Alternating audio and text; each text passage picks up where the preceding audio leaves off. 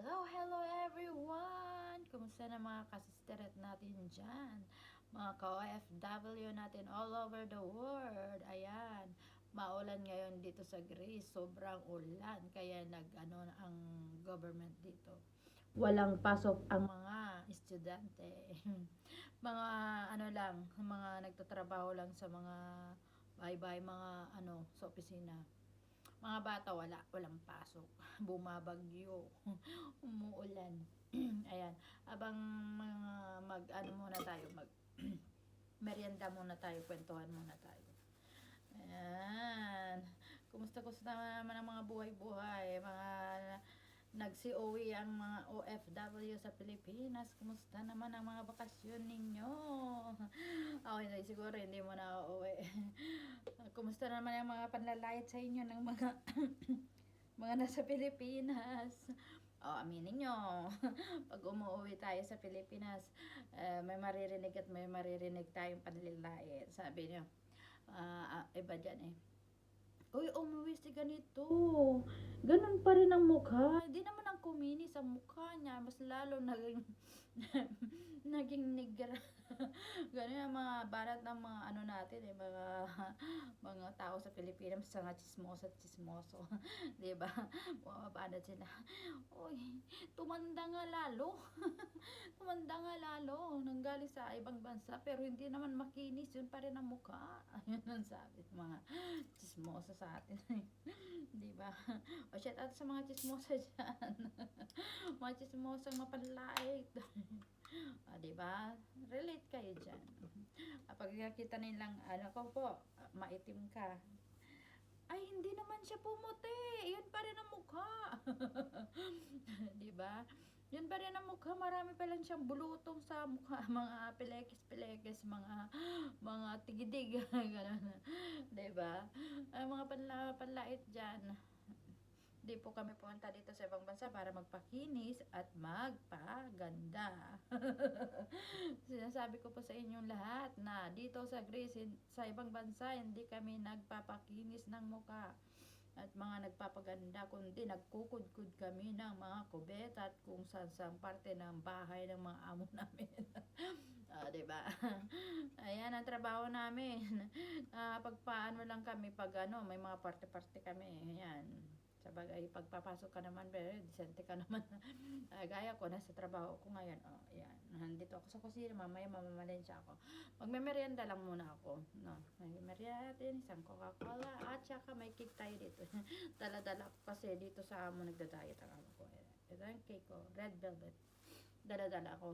Dahil birthday yung nung asawa ko nung January 20, kahapon. Ayan. Kain muna tayo guys. Kwento-kwentuhan lang tayo muna. Sobrang lamig ngayon dito sa Greece. Mayroon pang ay naku po, umuwi yun. Wala man lang pasalubong, hindi man nagpasalubong. Pag bibigyan mo pasalubong guys, yung mga iba, bibigyan mo pasalubong. Isang sabon. Naku po, kuripot naman nun. Ang kuripot naman nun. Isang sabon binigay. Guys, ang hirap magkudkod dito sa ibang bansa, sa totoo lang. Ang hirap. Yung mga ipinapagalis namin mga toothpaste, mga ilang araw namin yung iipunin bago namin may dyan sa Pilipinas, ang mga yan. Hindi basta nakakapamili ng mga goods dito na kung wala kang pera. Dito din sa ibang bansa, mataas din ang cost of living namin. Gumagastos din kami ng pera dito. Kung yung pera dito ay pinapadala namin sa Pilipinas, malaki. Pero, syempre gumagastos na kami, nandito ang pamilya namin, di ba? Parang yung 100 euro dito, 1,000 pesos doon sa Pilipinas.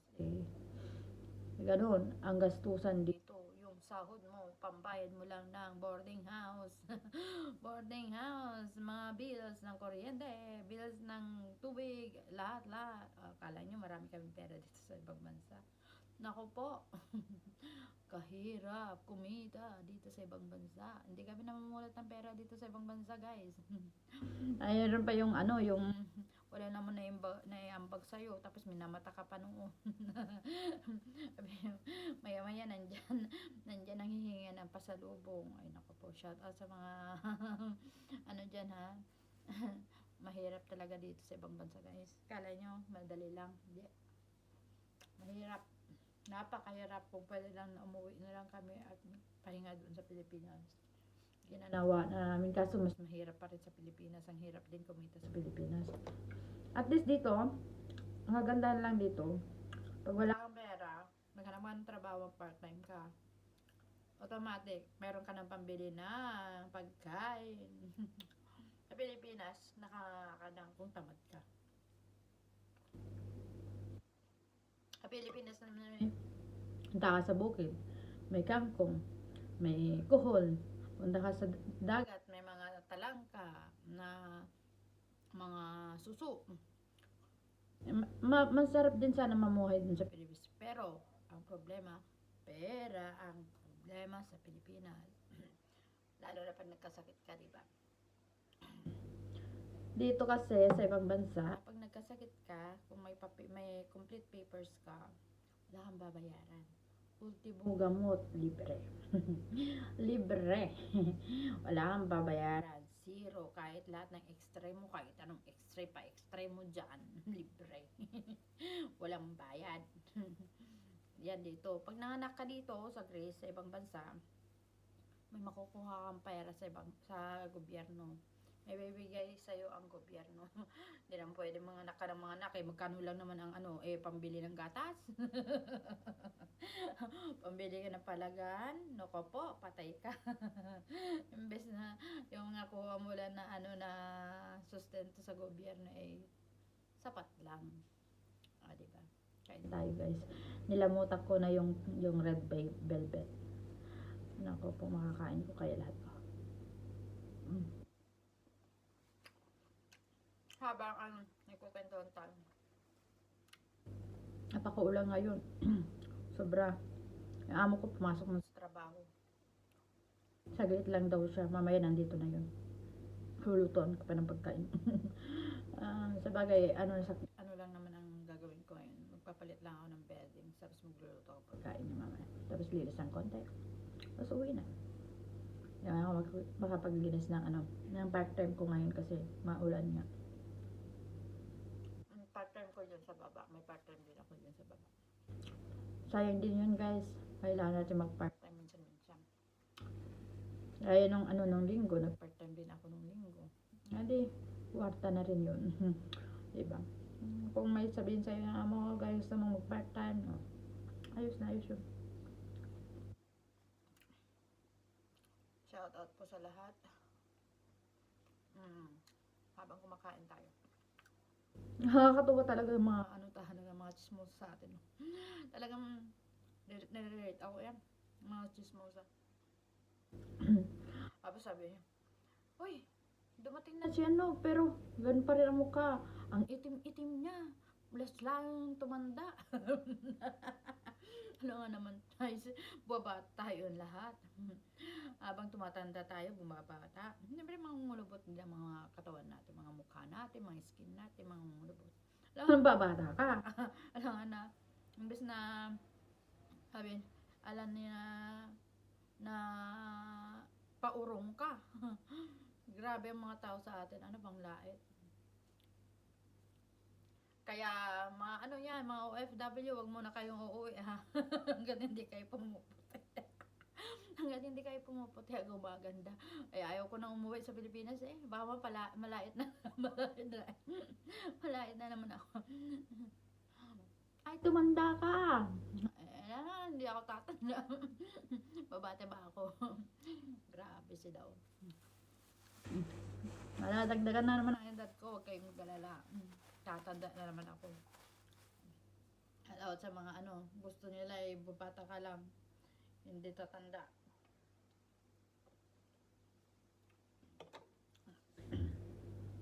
Masarap sana umuwi sa Pilipinas lalo na pag uuwi ka sa Pilipinas, sa totoo lang. Uwi ka sa Pilipinas pag wala kang pera. Ayun pala, noon kasi sa Pilipinas, nagtaka nga ako. Noon is bayanihan ang nung nagpa ano kami, 18th birthday ng anak ko, kaso lang inulan nang umuwi kami. Sabi ng nanay ko, nagpakatay kami ng ano, isang kambing, at saka basta nagpakatay kami ng baboy, ng isang naglechon ngayon isang baboy, tapos ano, basta mga isda, mga ano. Anong nangyari? Dati kasi, hindi naman binabayaran yung mga nagkakatay. Nagkakatay ng mga ano, dahil sila nagpresenta, tsaka ano, at saka kasi sila inuuwi na nila yung mga ano, mga karne, nag-uuwi sila mga karne, mga ano, mga niluto nila. Nagulat ako, sabi ng nanay ko, alam mo ba yung mga iba kasi, siguro mga iba nagbibigay ng pera siguro. Sabi, ngayon na daw nagbibigay na, kailangan na daw magbigay ng pera. Para saan? Nagulat ako sa amin. Bigyan daw ng pera. Ay, pera na pala. Kailangan may sahod na pala pag ano, nagkatay ng ano, nagkatay ka at ano ka doon sa atin. Tumulong ka. Dati wala naman ganyan eh. Dahil matutuwa ka na lang eh. Mas maganda yung mga kapatid mo na lang pagtrabahuin mo. 'Di ba? Shout out sa mga nandiyan sa Pilipinas. Bayanihan dati, pero ngayon pera ano pala, lahat doon. Ay, kumain ka na din, nagkatay ka na, may uwi ka pa, eh di kailangan meron ka din bibigay pala. Gano'n na pala doon sa atin sa probinsya.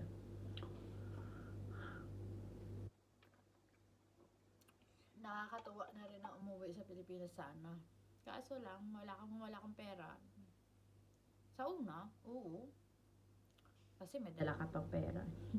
Pag ano na, yung kalikit na ayaw mo nang lumabas. Lahat doon, lahat ng galaw mo doon, pasyalan, eh, kailangan may pera ka. Wala kang pera nga. Lalo na sasama silang lahat.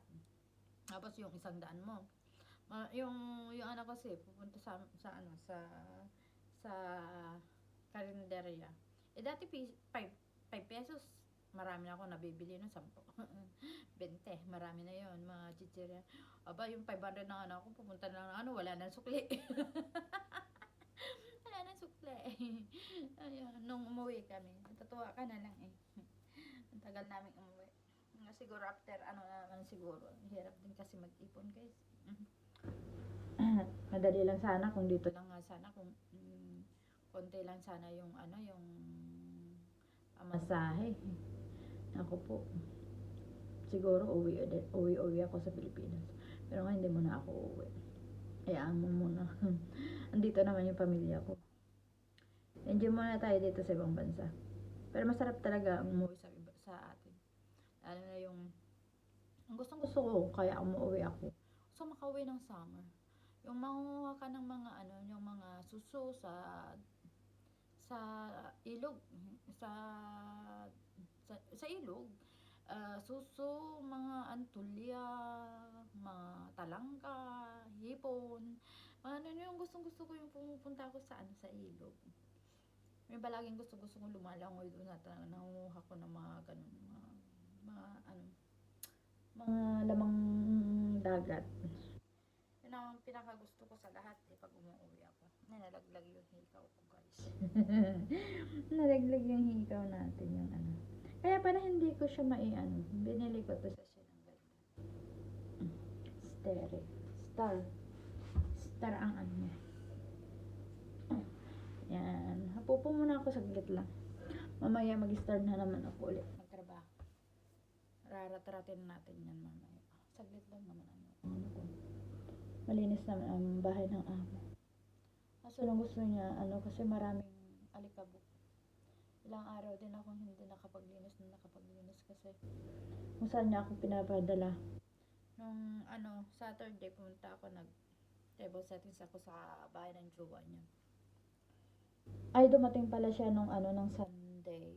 Ay, Saturday dumating siya galing sa business trip. Inayos ko yung gamit niya. Tapos sabi niya sa akin, Jen prepare for lunch, lunch, dinner, for lunch and dinner, sabi niya sa akin sa sa Saturday, next Saturday, sabi niya sa akin. Eh, ang dami niyang gamit na dala-dala. Eh, kailangan ko matapos lahat yun. Yung mga dala-dala niya, mga abo-abo. Hirap din, nakakapagod din. Dire-diretso yan, guys. Dire-diretso Saturday, dumating siya. Tapos Sunday, punta kami ng hapon na, gabi na ako nakarating sa bahay. Natapos ako alas 9, nag-table settings ako dyan si jowa niya.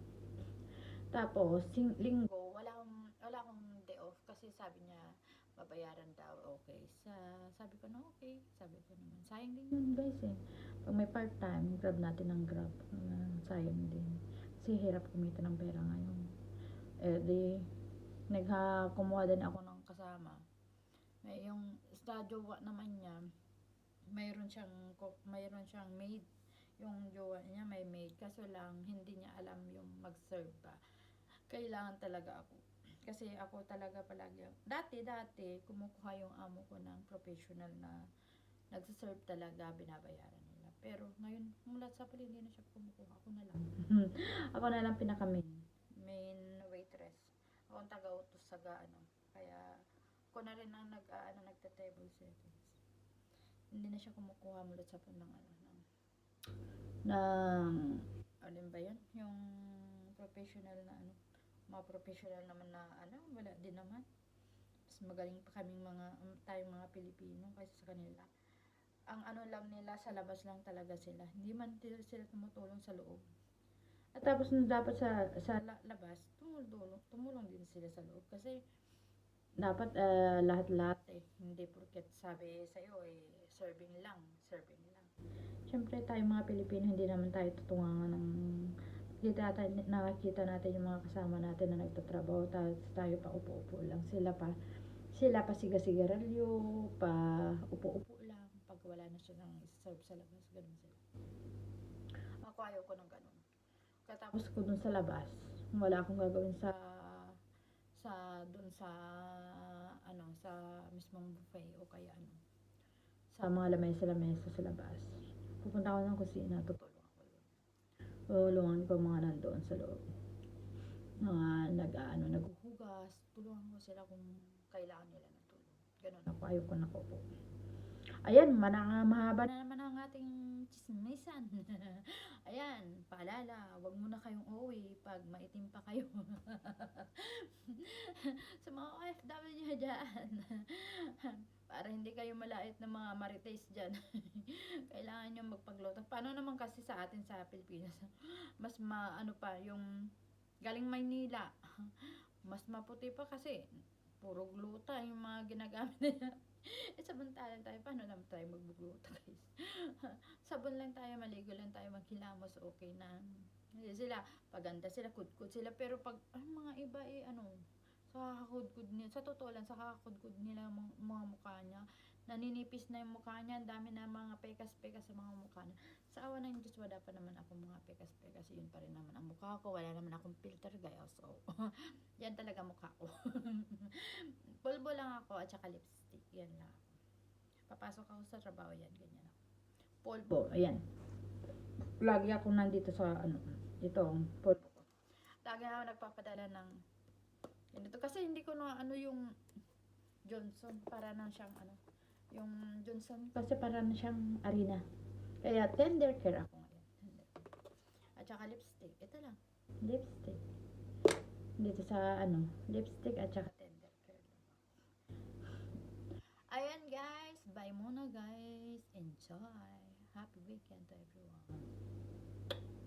Ingat-ingat sa lahat ng mga ka-OFW natin dyan. Bye-bye. Pa-like and subscribe na lang po.